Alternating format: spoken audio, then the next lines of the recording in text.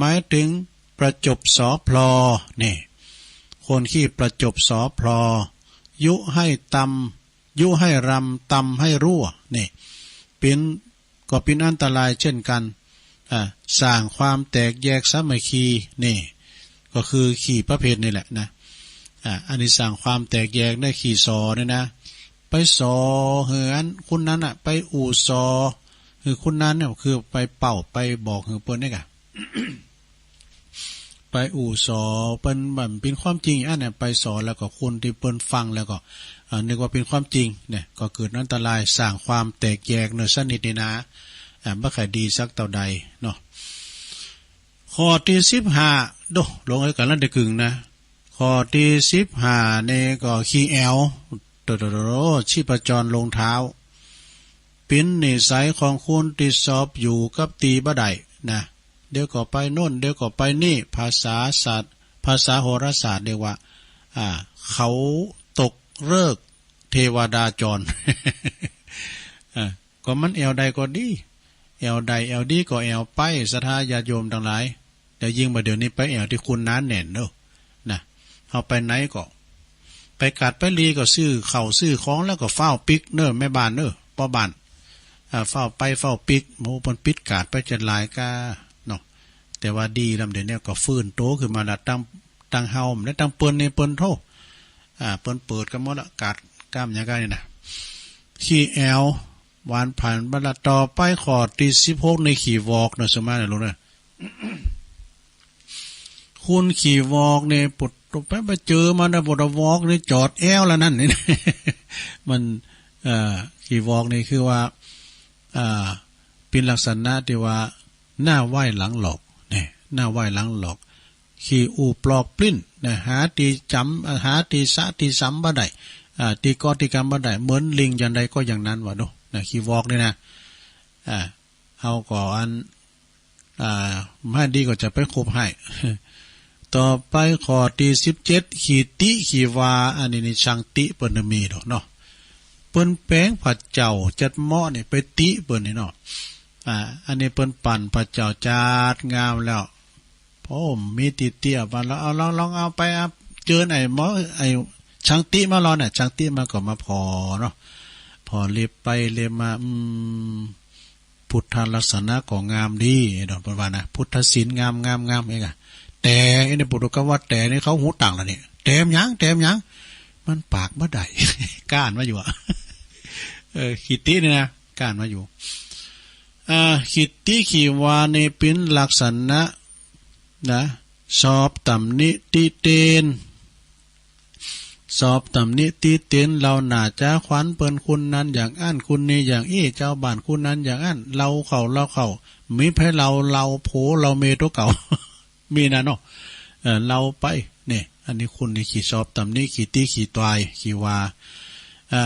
ยังหันยังก็ติมดหันยังก็สอบวิพากษ์วิจารณ์ภาษาธรรมะเปเรียกว่านินทาเนี่ยนินทาแต่ว่าทุกคนนะก็จะต้องประสบพบเจอเหมือนกันหมดกรรมว่านินทานะดังกรรมที่บาลีที่เปิ้นกล่าวรับรองไว้ว่านัตติโลเกอนินทิโตคุณติมถูกนินทานี่มีได้โลกเนาะแม้แต่พระพุทธเจ้าก็ยังถูกนินทานะเหมือนกันโมสดาญาโยมมาถึงที่ศีลนินทามาถึงเมเนาะเพิ่นเรียกว่าโลกธรรม8นะที่ศีลนินทาเนี่ยนะ มีลาภก็เสริมลาภมียศก็เสริมยศนะมีสรรเสริญก็มีนินทามีสุขก็มีทุกข์นี่มันมาด้วยกันเนาะเป็นธรรมกูกับโลกสรรเสริญนำไปบางคนก็มันจะมาสรรเสริญเฮายกยอต่อฝ่ายเฮาเนาะเป็นสรรเสริญโอ้ดีอย่างนั้นดีอย่างนี้เฮาก็ดีใจเนี่ยเป็นอย่างนี้ดอกก็เลยว่ามันนั้นมาติเฮาใจเฮาก็ตกลงไปเนี่ยมันเป็นอย่างนี้ดอกคำสรรเสริญนินทานี่ก็มีเหมือนกันนะมีผลเหมือนกันเนอะแต่บางคนในหูนักไว้มันต้องไปฟังนี่นะต้องไปฟังคำติเตียนนินทาอย่างตุลุงเราเรื่องกบตาบอดหูโหนกปิ้นใบน้ำต่างหากนะเปิ้นแข่งขันกบตัวใดมันจะขึ้นไปได้หันขึ้นถึงปลายยอดปูนเนี่ยนะหมุนนั้นขึ้นก็ตกหมุนนั้นขึ้นก็ตกเปิ้นเซนะก็เซมขึ้นกบตัวหนึ่งขึ้นไปถึงปลายเปิ้ ปิ้นเซกันมันก็มได้ยินเพิ่นว่ามันเป็นกบใบหูก็มได้ยินเป็นใบมันต่างหากอันนี้หมายความว่ามันเจอมันในตัวเก่ามันต้องเจอคูณเซละมันจะเซไปจะหืมหัวไอ้น่ะเจอมันในตัวเก่าของมันเนี่ยเหมือนกับเนี่ยคุณติสินนินตาเนี่ยนะคุณเปิ้นติเฮาในสนเตเปิ้นก็ติตั้งดีเปิ้นก็ติตั้งถูกตักเตือนเนี่ยนะเนาะแต่ว่าคุณติใดใกล้คือเซก็มีนะสดาเนาะเอาผ่านไปต่อไปข้อที่18ขีจิขีจูด อยู่ไหนมันเป็นสุบ่ขีจิขีจูดคือเพิ่นสะดุ้งนี่น่ะนี่เป็นลักษณะของคนที่อยู่บ่เป็นสุขจำจิจำแปลว่าจำนี่จิหันนี่นะจิจูดด้วยกะชอบยุแยงแต่แข่งรัวอันนี้ก็เหมือนก่อไฟเมื่อก่อเจอเพลิงเจอไฟนี่ก็มันดีเหมือนกันเนอะมันก็ดีเหมือนกันเนอะจิจูดปนนี้นะ ยุให้ลำตำให้รั่วนะต่อไปขอที่19ลงเอ้ยเวลาเหลือหลายอยู่เนี่ยพุทโธเวลาเหลือจัดหลายแล้วลง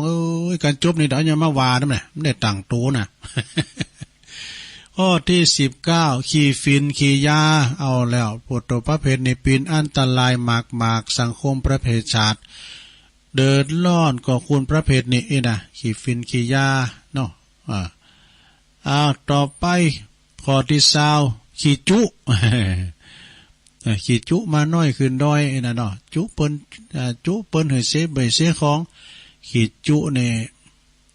มุสาเนาะขี่จุหนึ่งในข้อ5เนาะข้อมุสาขี่จุเปิ้นตกเบเสของเนี่ยนะหมายถึงมีนิสัยบ่ตรงกับความเป็นจริงโกหกปดเฮ็ดเช่นหันก็ว่าบ่หันฮู้ก็บอกว่าบ่ฮู้เนี่ยอย่างนี้เป็นต้นเนาะขี้จุเปิ้นอันนี้เป็นข้อที่20ต่อไปก็เป็นข้อที่21นะสถาไก่ความจริงจะจบแล้วนะ ไก่ความจริงจะจบแล้วข้อที่21ขี้จุ่มขี้แจ้งขี้ดาปุดโตอันนี้มันถึงมีเหมือนกันหมดนะ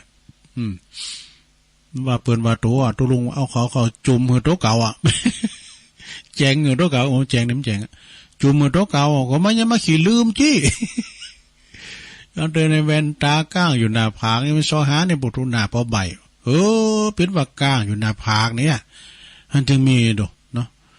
ขี้จุ่มขี้แจ้งขี้ดาอันนี้คุณประเภทนี้มักจะเกิดขึ้นกับคนที่สูงวัยสวทำแล้วประจำจิตเพราะจิตใจไม่ปล่อยวางให้พองในโลงเนอะปล่อยวางให้พองก็ปิ้นตุกคุณเถ่าเฮานะพอหลงแม่หลงพอหมอนแม่หมอนเนี่ยปันปิ้นโหงลูกหลานน่ะสำเตอก็ปอแม่ก็ตามเด้อลูกหลานเนี่ยไปแอวที่ไหนมาเยี่ยมหู้จักปิกจักปอกไปการไปงานปอดึกปอเดินลูกเต่าของเปิ้นก็มากันหมดลูกเฮาเยี่ยมมาเต็มเดียวปวดหมอนนะโหเกิดในใจแล้วดอกตึมปิ้นลับปิ้นนอนเวลาว่าอันลูกเปิ้นมาปุ๊บเนี่ยเจ๋งจะได้รับขอนอนได้ยินเสียงรถเครื่องลูกเข้ามาก็ดีใจเนี่ยเด็กก็ขี่จุ่มขี่แจ้งขี่ดาลูกเต่าอันจุ่มแจ้งลูกเต่าอีกก็ดีเหมือนกันเนี่ยมันจะเกิดขึ้นกับคนสูงวัยต่อไปข้อที่22แล้วลงเลยขี่เมา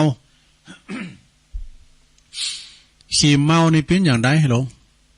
ภาษาธรรมะเปิ้นเรียกว่าอวิชชาเนี่ยความหลงนะความหลงหมายถึงความบ่ฮู้ตามความเป็นจริงเนี่ยความอวิชชานี่นะความใบ้บอดความไม่รู้ความเป็นจริงจะปิ้นคุณหูเบาเจอฟังคุณง่ายนี่ขี่เมาเนี่ยนะเปิ้นจุเปิ้นหลอกได้ง่ายนะคุณขี่เมาเนี่ยต่อไปอันนี้ก็ข้อที่23ขี้ข้านปุถุคุณสัพประเภทนี่นะไปอยู่ที่ไหนไผก็ถึงไข่เอาเนอะว่าไปในไปนอกนะเก่งยังมาพองเปิ้นถามอยู่ที่ไหนอายุต่อใดเห็นจบยังนักธรรมชั้นยังได้ซักยังสูตรมนต์ใดก็ได้กุ๊กมาเนี่ยนี่นะ แต่ว่ามันหมันนี่เนาะ ลูกม้ามเจ้าไม่กวาดนี่หินไปปีนั้นปีนั้นมันกวาดวัดกว่าก็ดีไปอย่างเนี่ยปฏิบัติปูชาน่ะถึงแม้ว่ามันได้กรรมอย่างแต่ว่าก็ตามเด้อ แม่หลวงก็ว่านะแม่ก็จะไปอันนอนวัดทำได้อย่างในตัวนะก็ไปปิ้นอย่างก็ไปปฏิบัติปูชาแม่ไปกวาดเต้าทั้งสีกวาดวัดก็ว่าถ้าได้บุญก็ได้กำแล้วกะฮาละโจฮาละจังฮาละนางฮาละติก็กวาดเพราะเรามันมดมันใหม่อ่ะเนาะมันได้ตั้งหนึ่งก็ได้ตั้งหนึ่งพร้อมกับปฏิบัติดีแต่โธ่ปุถุกังโขงแก้วในเมการขี่เยอะขี่ยาก็ไม่แพ้กวาดเนี่ยแล้วไอ้แม่เนี่ยมันได้ยังก็เปื้อนน่ะลูกมาก็มากวาดก็มันมดมันใหม่ดูก็ได้บุญให้น้ำต่อเนาะอ้าวขี่ข้านประเภทนี่ไปอยู่กับไผก็ถึงสอบเนอะเพราะคุณขี่ข้านนี้นะประเภทนี้จัดอยู่ในอบายมุขอีกข้อหนึ่งเนี่ยอยู่ในอบายมุขกันนะหลวงขี่ข้านนี่นะเปิ้นว่าที่ว่าเกียรติค้านทำการทำงานเนี่ยมักจะอ้างหิวอยากกินข้าวนะมักจะอิ่มแล้วมันกัดต้องอยู่เดี๋ยวกันไปฟ้ามันฮ้อนอยู่มันเอาอ่างขี้อ่างมันหนาวน้ำไปนะวะโอ้เจ้าอยู่กาขวายแล้วเนี่ยบ่ไปมันได้ก็หาเนี่ยย่างโอ้ผ่านไปวันหนึ่งมันได้สักอย่างได้สักอย่างอันนี้เป็นคนขี้ข้านคุณเฮานะกันคักนะอยู่ที่ไหนมอนนั้นเนี่ยมันคุณหับจ่างเนาะหับจ่างขึ้นลำใหญ่กล้ามใหญ่ก้าเนี่ยปุถุมันดึงงานมันดึงเข่าตลอดเพราะว่าเปิ้นหันนำการมันเนี่ยกันเลาะและไอ้ในไผก็ไม่ไข่จ่างออกอันนี้ประเภทคุณขี้ข้านเนอะไปอยู่ที่ไหนเปิ้นว่าอยู่บ้านท่านอย่านิ่งดูดายปั้นวัวปั้นควายให้ลูกท่านเล่น แล้วก็ข้อที่ต่อไปเลยเนาะข้อที่24ขี้โคตรปุดตัวโกรธวงเล็บโกรธ ขี่ประเภทในซ้ำห้ายในสถานในคนขี่โคตรนี่นะดีอย่างเดียวตำน้ำพริกอย่างตุลุงทองวานะคนขี่โคตรขี่เกตในประเภทในปุดตัวมักจะฉุนเฉียวเนอะดีมที่อันตรายนะอารมณ์โชวูบนะคนขี่โคตรขี่เกตในเต้นเนี่ยมันขวางหมดนะซะนะเต้นแขนโคกก็ขวางแขนโคกเต้นผ้าเต้นมิดมันควางหมดเนี่ยคุณขี่โคดเนี่ยนะประเภทนี้มักจะไว้ใจบ่ได้ประเภทนี้เป็นคุณติดฉุนเฉียวอารมณ์ฉุนเฉียวอยู่เป็นประจำเนี่ยบ่ฮู้จักว่าหืออภัยแก่คนอื่นเลยนี่ยังก็จะขวางหูขวางตาไปหมดเกิดบันดาลโทสะขึ้นมาทันทีก็จะด่าดะไปหมดมันถึงด่ามดด่าปอด่าแม่คุณมันขี่โคดนะมันพังปากมาหรอกแต่คุณเฒ่าคุณแก่แม่แต่ตุภามันก็ด่านะคุณขี่โคดนี่นะแล้วก็มักจะอารมณ์ฉุนเฉียวรุนแรงโดยไปไก่มันเด้อคุณขี่โคดนี่นะคุณขี่โคดมักเสียของอย่าเปิ้นว่าเนาะ ต่อไปข้อที่25ลงข้อที่25คุณขี่อ่างนี่อ่างจะได้มันเป็นนิสัยของคุณอีกพกหนึ่งเนี่ยมักจะอ้างโน่นอ้างนี่อ้างโน่นอ้างนี่อ้างเจ็บต้องพองอ้างปวดพองอ้างห้อนพองอ้างหนาวพองอ้างลูกอ้างหลานนี่อ้างไปเสียทุกอย่างนี่แล้วก็แล้วแต่สาเหตุที่จะอ้างอันนี้คุณขี้อ้างนะอีหล่าเขาก็มาด้วยเนี่ยโอ้ล่ะเขาก็ปล่อยแม่เขาก็ปากมองต้องแห้งเดินจีปีใหม่ก็มัดตานก็เข่า หำบะนี้ก่อนลูกเต่าเราล้านเปิ้นมาตานก็เข่าเปิ้นลูกกรุงเทพกรุงนามาเปิ้นเอาสตุ้งสตามาหือปอหือแม่ไหนอีหล่าเขาอย่ามาเนี่ยขี้อ่างขี้อวดต่อไปขอที่26เลยลงเอ้ย ขี้อวดนะคือก็เป็นอีกประเภทหนึ่งมักจะโฆษณาอวดอ่างสรรพคุณต่างๆโอ้ยลูกหลานอวดลูกอวดหลานเนี่ยอวดตัวเองอวดว่าเขาได้ทำงานปุถุเป็นไอเมนกันเนี่ยทำงานอยู่ออฟฟิศทำงานเงินเดือนมัน10,000ปลายกันเนี่ยล่าเอ็มเขา เงินเดือนมันจะสูงไหนเนาะอวดเป็นน้องเจ้าบ้านอดลูกอดหลานอด ทำงานดีเห็นเก่งก็นะแต่มันดีแต่ก็ดีเหมือนกันนะมันจะว่าสิบคุณมีแล้วบาโอเรื่องของไข่ปึงเนอะต่อไปข้อที่27ขี้อ้อนนี่เป็นจะได้ขี้อ่อนนะเป็นลักษณะที่อยากให้คนอื่นเอาอกเอาใจนี่เจ็บนิดเจ็บหน่อยก็โตออดอ่อนทำเป็นใหญ่โตเล็กร้องความสนใจนี่ลงเลยฟังเนอะเจ็บผ่านหน่อยเจ็บนิดหน่อยเล็กร้องความสนใจเขาอย่ามาผอยเมย์เอาเมย์ไปหงยุกหงยาเนาะออดอ่อน สั่งความเลืองหน่อยปิ้นเลืองใหญ่ต่อไปข้อที่28เหลือแถม3ข้อตึก30ข้อนะลงเนอะสุดท้ายนะขี้โอนี่หรอขี้โอนี่ก็มักจะประสบสอพลอเนอะขี้โอนะมักประจบสอพลอเอาใจลูก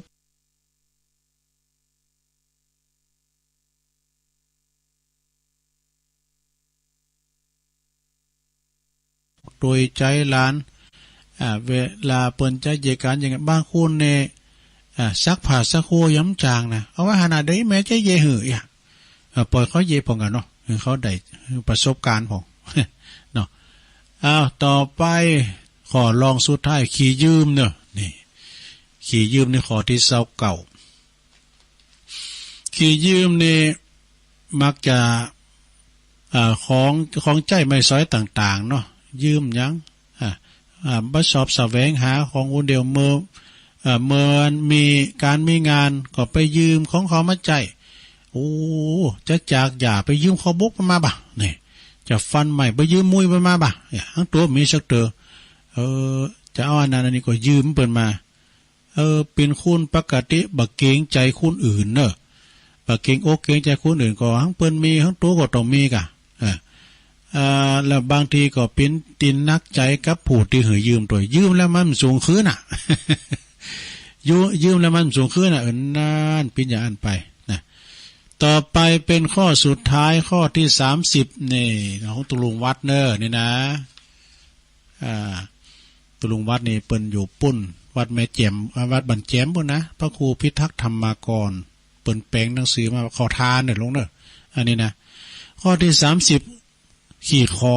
โอ้นักเกนะคุณขี่ขอนี่นะไปตอนใดก็ขอก่อนนะตุลุงดูดบุหรี่เนาะก่อนสมัยก่อนนะสมัยน่ะโมนั่นเนี่ยมันดูดบุหรี่ก็มันยิ่มปั้นมา มาขอบุหรี่ยืมต่อร้อยป่วยยาก็ไม่ได้ยิ้มปั้นเอามา ใจขืนเนาะป่วยยามันเนี่ยมันเรื่องควายเอาป่วยยามาด้วยปั้นอร่อยข้อที่30ในขี่คอในเป็นคุณอีกประเภทหนึ่งในโลกเนอะหันอ่านยังก็ซอบคอมักจะออกปากคอเปิ้นบ่หือก็ย่างแทมหน่อยเนาะเปิ้นกาคอเฮาก็กาหือนะเป็นบางครั้งก็เป็นตีรำคาญของคนอื่นเหมือนกันเด้อเนี่ยการขี่คอก็ต้องพอพองนะเฮาเปิ้นมาคอเฮาพองเฮาเคยขอเปิ้นกันขอกันได้เป็นซี่กันนี่ก็ไปอย่างนะกันไปบันนั้นก็ขอไปบันนี้ก็ขออันนี้ก็นักแก่เนอะตีกล่าวมานี่เป็นขี่ที่บ่ค่อยดีเนอะแต่บางอย่างก็เมื่อหูจักทางแก้ไขก็เป็นการดียิ่งเนี่ยขี่ดีๆมักจะเป็นอย่างเดียวนะขี่ดีจะหันมีแต่ขี่ผึ่งอย่างเดียวนี่แต่ขี่ผึ่งนี่เปิ้นไหวเปิ้นสากันรู้เนาะซะดาขี่ผึ่งนี่นะเปิ้นไหวเปิ้นสากันขี่ผึ่งก็ขี่ป๋ากันนี่นะปะโรขี่ป๋านี่นะมันคุ้มอย่ามอ อันนี้เป็นขี่ต่างๆในซะดาเนี่ยก็ต้องเอามาเล่าสู่จู้กันฟังครับไม่รู้เขาแต่เป็นอันกรรมต่างๆเนาะก็เอามาเล่าสู่จู้กันฟังกับศรัทธาญาติโยมที่อยู่ตั้งบ้านตั้งจองกันเนาะแต่พี่น้องตั้งบ้านไก่ฟังกันหลายเพราะว่าเมื่อค่ำยามคืนเฮาก็ได้ฟังครูบาอาจารย์หลายตุนหลายองค์ช่วงเวลานี้สดาญาติโยมดันหลายถ้าว่าไกลไปไกลมาพี่น้องจะไปพะเยาเจียงไฮ้แม่สายเนาะลูกตังดอยสะเก็ดนี่ไปแต่ว่ากายดอยนางแก้วนี่ไปแวะไปเวียนผอเนอะลงเนอะขึ้นไปมันจะสูงนะวัดเตียนดอยนางแก้วนะ พระธาตุสีสองเมืองเนี่ยสะดาเปิ้นแปลงปตะแล้วแล้วเนอะแล้วก็เปิ้นจะบรรจุพระธาตุแถมยกยอดชัดแถมได้แถมงานนึงอยู่แต่ว่าไผปัน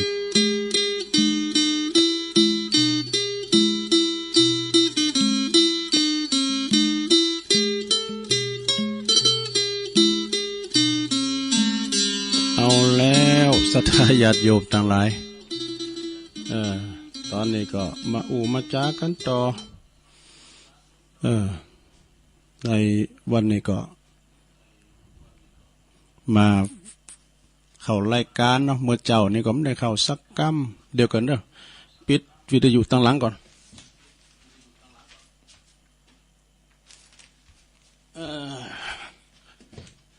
ก็มาฟังกันแถมหน่อยนึงก็ประกาศข่าวสารงานบุญเริ่ม5 นาที3 นาทีเดี๋ยวกันเนาะก็เดี๋ยวก็มาประกาศก้ามเต้นละว่าวันดีก็เอาโต๊ะโจยเขาใส่ไปหมุนไปหน่อย ขอบคุณศรัทธาญาติโยมที่ฟังกันไปแล้วก็กำเดียวก็จะได้มาต่อกันช่วงที่2เต็มกำเนาะช่วงนี้ก็จะได้เข้าสู่ข่าวจากกรมประชาสัมพันธ์ตั้งสายไต่นี่ก็จะได้สวดธรรมจักรปวัตนสูตรเนาะเดี๋ยวก็ค่อยมาปะมาบอกกันช่วงที่2กันต่อไปเนอะศรัทธาเนอะ